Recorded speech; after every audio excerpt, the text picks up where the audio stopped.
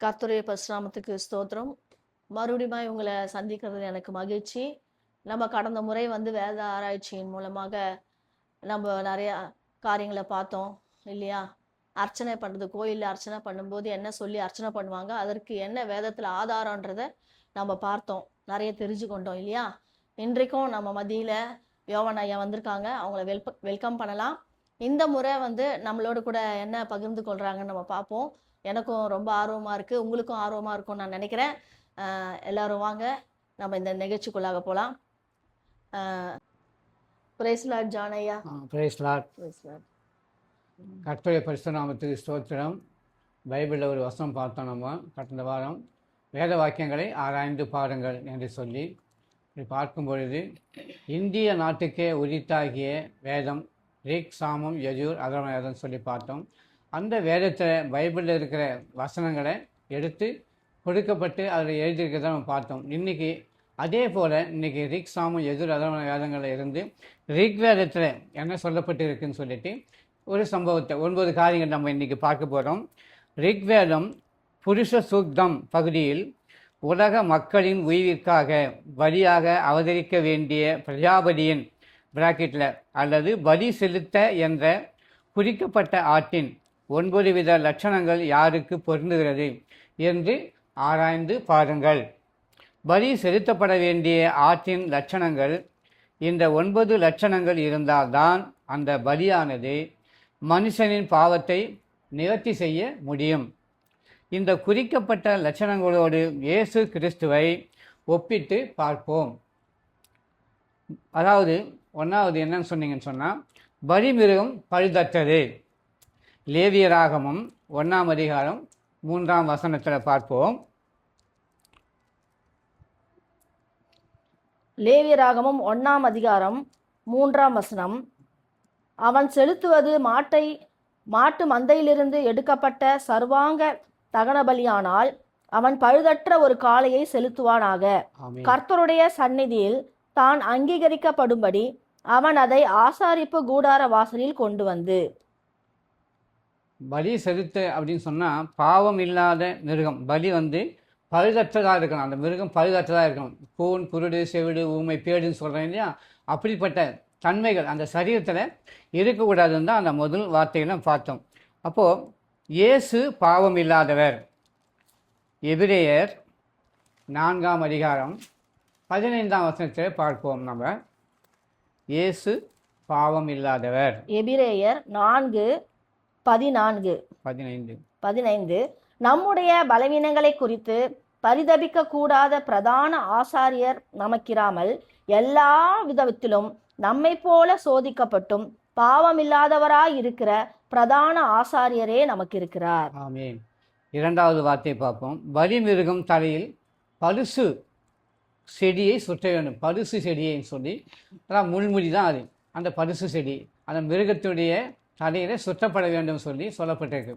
அப்போது அதுக்கு தான் பலி செலுத்துறவங்க ஆட்டையோ மாட்டையோ பலி செலுத்தும் போது அதனுடைய கழுத்தில் முதல்ல மாலையை போடுவாங்க. மாலையை போட்டுட்டு அதனுடைய தலையில் ஒரு பூவை ஒன்று வைப்பாங்க. அதுதான் முள்முடிக்கு சமமாக வைப்பாங்கன்னு சொல்லி பார்க்குறோம். அது லேவியராகமம் 3ஆவது அதிகாரம் 8வது வசனம் பார்ப்போம். தன் பலியின் தலைமேல் தன் கையை வைத்து ஆசாரிப்பு கூடாரத்துக்கு முன்பாக அதை கொல்ல கடவன். அப்பொழுது ஆரோனின் குமாரர் அதன் ரத்தத்தை பலிபீடத்தின் மேல் சுற்றிலும் தெளிக்க கடவர்கள். ஆமென். இயேசு தலையில் முள்முடி சூட்டப்பட்டது. அங்கே மிருகத்துடைய தலையிலே பரிசு செடி சுட்ட வேண்டும் போட்டிருந்தது. அதுக்கு ஆண்டவராக இயேசு கிறிஸ்து இந்த பூமியில் வந்திருந்த போது அவருடைய தலையிலே முள்முடி சூட்டப்பட்டதுன்னு சொல்லி யோவான் 19ஆவது அதிகாரத்தில் 2ஆம் வசனத்தில் நம்ம பார்ப்போம். போர் சேவகர் முள்ளுகளினால் ஒரு முடியை பின்னி அவர் சிரசின் மேல் வைத்து சிவப்பான ஒரு அங்கியை அவருக்கு உடுத்தி. முள்முடியை அவருக்கு என்ன பண்ணுறாங்க? ஆண்டவருடைய சிரசில் சூட்டுறாங்கன்னு சொல்லி பார்க்கணும். அந்த முள்முடி சுமார் 3 அங்குலம் நீளத்துக்கு இருக்குன்னு சொல்லி பார்க்கணும். அதை என்ன பண்ணுறாங்கன்னு சொன்னால் அதை முள்முடியில் விஷம் தடவி இருக்குமா. அதாவது கருந்தேளுடைய விஷம் எப்படி இருக்குமோ அதுபோல் 7 மடங்கு விஷம் அதை தடவி அந்த முள்ளில் அதை சூட்டி தலையிலே அடிப்பார்கள். அந்த கவாடத்தை பிளந்து கொண்டு போகும்படியாக அந்த முள்முடியை தலையிலே அடிப்பார்கள் என்று சொல்லி வேதத்தில் நாம் பார்க்கிறோம். பலி மிருகம் சப்தமின்றி துன்ப வேதனையை சகிக்க வேண்டும். அந்த மிருகம், அதாவது வலியிடக்கூடிய அந்த மிருகம் வலி தெரியாதபடிக்கு அதை என்ன பண்ணாங்க, அந்த வலி கொடுக்கிற இடத்த நிறுத்தி அதை என்ன பண்ணாங்க, ஏசாயா 53ஆம் அதிகாரம் 4ஆம் வசனத்திலே அந்த பலி மிருகத்தை பலியிடுவார்கள், பலி கொடுப்பார்கள் என்று பார்க்கிறோம். மெய்யாகவே அவர் நம்முடைய பாடுகளை ஏற்றுக்கொண்டு நம்முடைய துக்கங்களை சுமந்தார். நாமோ அவர் தேவனால் அடிபட்டு வாதிக்கப்பட்டு சிறுமைப்பட்டவர் என்று எண்ணினோம். ஆமீன். இயேசு அடிக்கப்படும் ஆட்டுக்குட்டியை போன்று வாய் பேசாது மௌனமாய் இருந்தார். ஏசாயா 53ஆம் அதிகாரம் 7வது வசனத்திலே பார்ப்போம். அவர் நெருக்கப்பட்டும் ஒடுக்கப்பட்டும் இருந்தார், ஆனாலும் தம்முடைய வாயை அவர் திறக்கவில்லை. அடிக்கப்படும்படி கொண்டு போகப்படுகிற ஒரு ஆட்டுக்குட்டியைப் போலவும் தன்னை மயிர் கத்தரிக்கிறவனுக்கு முன்பாக சத்தமிடாதிருக்கிற ஆட்டைப் போலவும் அவர் தம்முடைய வாயை திறவாதிருந்தார். ஆமீன். 4வது வார்த்தையை பார்ப்போம். பலிமிருகத்தின் உடலில் இருந்து இரத்தம் வடியும் என்று சொல்லி பார்க்கிறோம். ஏசாயா 53வது அதிகாரம் 5வது வசனத்தில் பார்ப்போம், 6வது வசனத்தில் பார்ப்போம். நம்முடைய மீறுதல் நிமித்தம் அவர் காயப்பட்டு நம்முடைய அக்கிரம நிமித்தம் அவர் நொறுக்கப்பட்டார். நமக்கு சமாதானத்தை உண்டு பண்ணும் ஆகினை அவர் மேல் வந்தது, அவருடைய தழும்புகளால் குணமாகிறோம். நாம் எல்லாரும் ஆடுகளைப் போல வழி தப்பி திரிந்து அவனவன் தன் தன் வழியிலே போனோம்.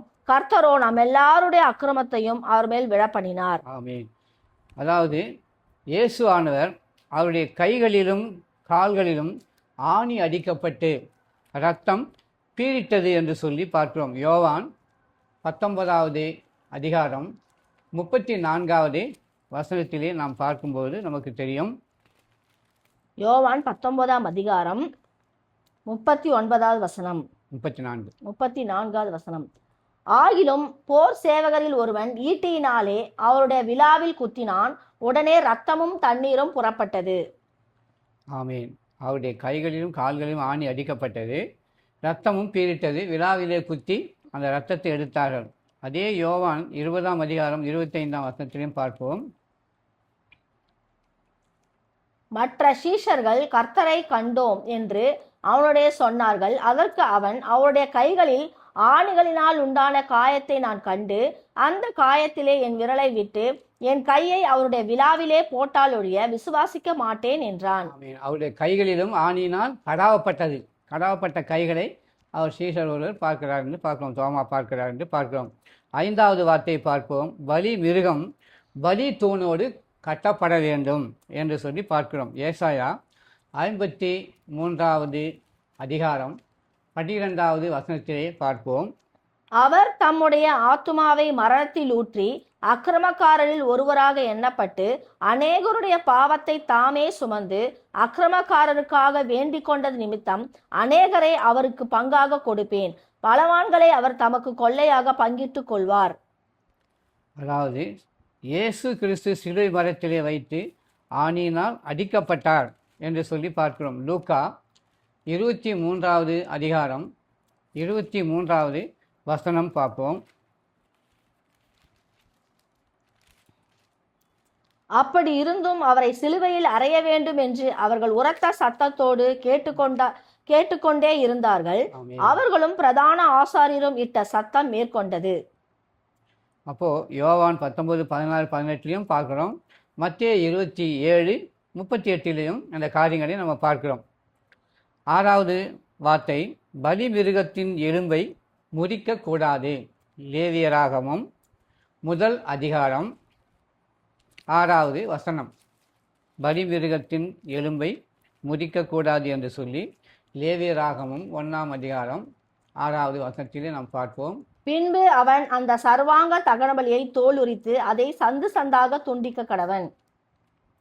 ஆமாம், இயேசுவின் கால் முறிக்கப்படவில்லை. அங்கே என்ன பண்ணது, எலும்பு முறிக்கக்கூடாதுன்னு சொல்லி அங்கே பார்த்தோம். ஆனால் அங்கே தந்து தந்தாக சுண்டித்தார்கள். ஆனால் இயேசுவின் கால் முறிக்கப்படவில்லை என்று சொல்லி யோவான் 19வது அதிகாரம் 36வது வசனத்திலே நாம் பார்ப்போம்.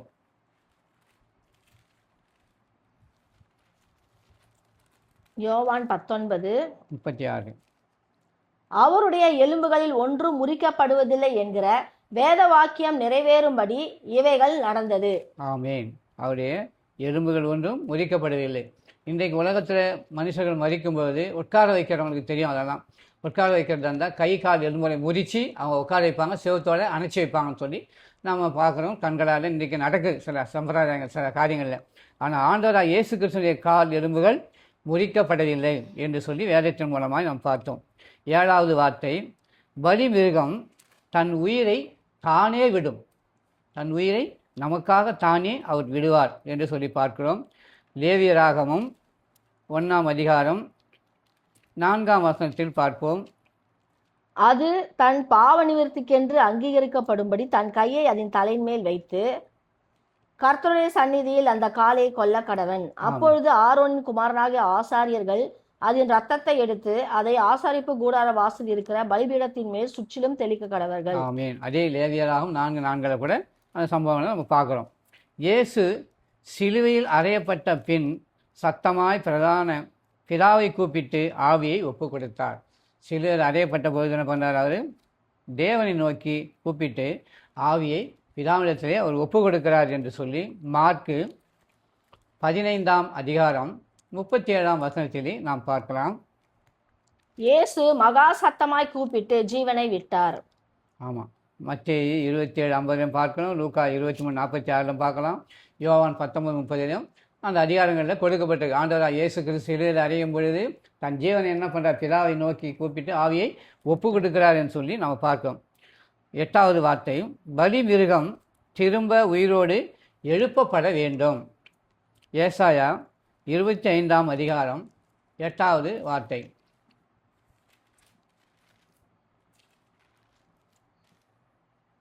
அவர் மரணத்தை ஜெயமாக விழுங்குவார். கர்த்தராகிய தேவன் எல்லா முகங்களிலும் இருந்து கண்ணீரை துடைத்து தமது ஜனத்தின் நிந்தையை பூமியில் இராதபடிக்கு முற்றிலும் நீக்கிவிடுவார். கர்த்தரே இதை சொன்னார். ஆமாம், ஆண்டவராக இயேசு கிறிஸ்து அவர் இருக்கும்போது சொன்னார். அதே போல் அவர் ஒப்பு கொடுக்கிறத நம்ம பார்க்க போகிறோம். இயேசு மரித்து 3ஆம் நாள் உயிரோடு எழுந்தார் என்று சொல்லி வேதத்தில் சொல்லப்பட்டிருக்கிறது. உலகத்தில் உள்ள எல்லா மக்களும் அதை விசுவாசிக்கிறார்கள். அது இந்துக்களாக இருந்தாலும், அது கிறிஸ்தவர்களாக இருந்தாலும், இஸ்லாமியர்களாக இருந்தாலும், இயேசு கிறிஸ்து என்பது இந்த பூமியில் பிறந்து வளர்ந்து வாழ்ந்து அவர் ஒப்பு கொடுத்து மரித்து 3ஆம் நாள் உயிரோடு எழுந்து வந்தார் என்று சொல்லி எல்லோரும் நம்புகிறதை நாம் பார்க்கிறோம். மத்தேயு 28வது அதிகாரம் 6வது வசனத்திலே நாம் பார்ப்போம். அவர் இங்கே இல்லை, தாம் சொன்னபடியே உயிர்த்தெழுந்தார். கர்த்தரை வைத்த இடத்தை வந்து பாருங்கள். ஆமீன். ஆண்டவராக இயேசு கிறிஸ்து உயிர்த்தெழுந்து விட்டார் என்று சொல்லி கல்லறை இடத்தை போய் பார்த்தவர்களுக்கு அங்கே கல்லறை காலியாக இருந்தது. 28ஆம் அதிகாரம் 6ஆம் வசனத்தை மத்தேயில் பார்த்தோம். மத்தேயு 26:61, லூக்கா 24:7 கூட இப்படிப்பட்ட சம்பவங்களை நாம் பார்க்கிறோம். கர்த்தருடைய பரிசுத்தத்துக்கு ஸ்தோத்திரம். 9வது வார்த்தை, பலியினாலேயே பாவங்கள் மன்னிக்கப்பட பலிமிருகம் தன்னையே பலியாக தரும். எபேசியர் 5ஆம் அதிகாரம் 2வது வசனத்திலே நாம் பார்ப்போம். பலியினாலேயே பாவங்கள் மன்னிக்கப்பட பலிமிருகம் தன்னையே பலியாக தரும் என்று சொல்லி எபேசியர் 5:2 வசனம். கிறிஸ்து நமக்காக தம்மை தேவனுக்கு சுகந்த வாசனையான காணிக்கையாகவும் பலியாகவும் ஒப்பு கொடுத்து நம்மில் அன்பு கூர்ந்தது போல நீங்களும் அன்பிலே நடந்து கொள்ளுங்கள். ஆமென். ரோமர் 8:3 கூட வாசிப்போம்.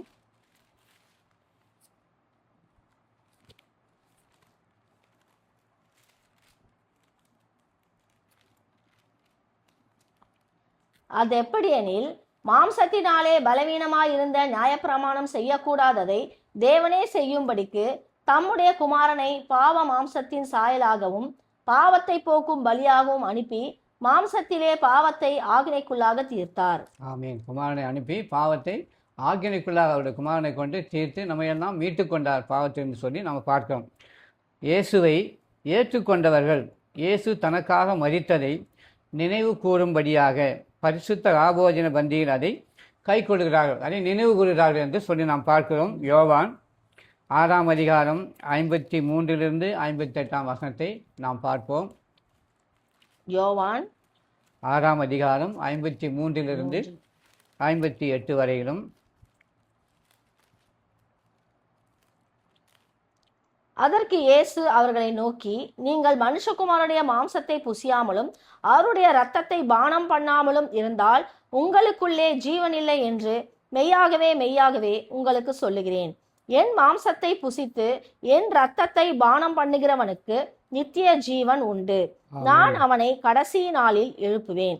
என் மாம்சம் மெய்யான போஜனமாய் இருக்கிறது, என் இரத்தம் மெய்யான பானமாய் இருக்கிறது.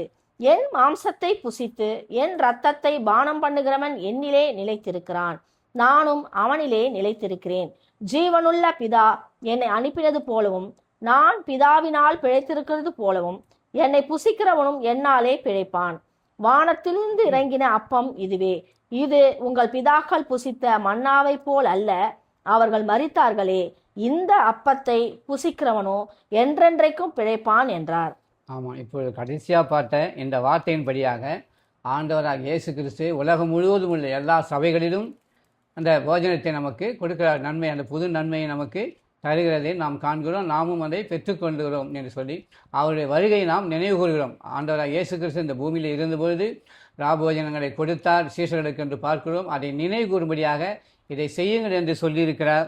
அதை நாம் யோவான் 6ஆம் அதிகாரம் 53ஆம் வசனத்திலிருந்து 58ஆம் வசனம் வரையும் நம்ம ரொம்ப ரொம்ப தெளிவாக நம்ம பார்த்துருக்கோம். மார்க்கு 14ஆம் அதிகாரம் 22லையும் பார்க்கலாம். 1 கொரிந்தியர் 11ஆம் அதிகாரம் 20-21லையும் பார்க்கலாம். அதே போல் 21லிருந்து 33ஆம் அதிகாரம் தெளிவாக கொடுக்கப்பட்டிருக்கும் 1 கொரிந்தியரில். மத்தேயு 26ஆம் அதிகாரம் 26ஆம் வசனத்திலையும் பார்க்கலாம். லூக்கா 22ஆம் அதிகாரம் 19ஆம் வசனத்திலும் இந்த சம்பவங்கள், இந்த நிகழ்ச்சிகளை நாம் பார்க்கலாம். ஆகையினாலே இந்த நாட்களிலே தேவன் நம்மோடு கூட இந்த பைபிள் வார்த்தையிலிருந்து வேத வாக்கியங்களை ஆராயும் பொழுது ரிக் வேதத்திலிருந்து ஒரு 9 காரியங்களை நமக்கு வெளிப்படுத்தினார். அதற்குரிய வசனங்களை வேதத்திலிருந்து நமக்கு எடுத்து கொடுத்தார். ஆகவே கர்த்தருடைய பரிசுத்த நாமத்துக்கு ஸ்தோத்திரம்.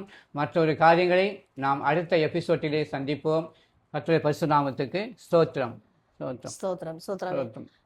நம்ம இந்த வாரமும் அருமையான காரியங்களை குறித்து நம்ம வேதத்தை ஆராய்ந்து பார்த்தோம். வருகிற நாட்களிலும் இன்னும் அதிகமான காரியங்களை நம்ம ஆராய்ந்து பார்க்கலாம். மறுபடியுமாக உங்களிடத்திலிருந்து நான் விடைபெறுகிறேன். மறுபடியும் சந்திக்க ஆசைப்படுகிறேன். நீங்களும் தொடர்ந்து இந்த நிகழ்ச்சியை பாருங்க, பிரயோஜனம் பெறுங்க. கர்த்தர் நம்மளோடு கூட என்றென்றைக்கும் சதா காலமும் இருக்கிறவராய் இருக்கிறார். ஆமென். ஸ்தோத்திரம். ஸ்தோத்திரம். நன்றி. ஸ்தோத்திரம்.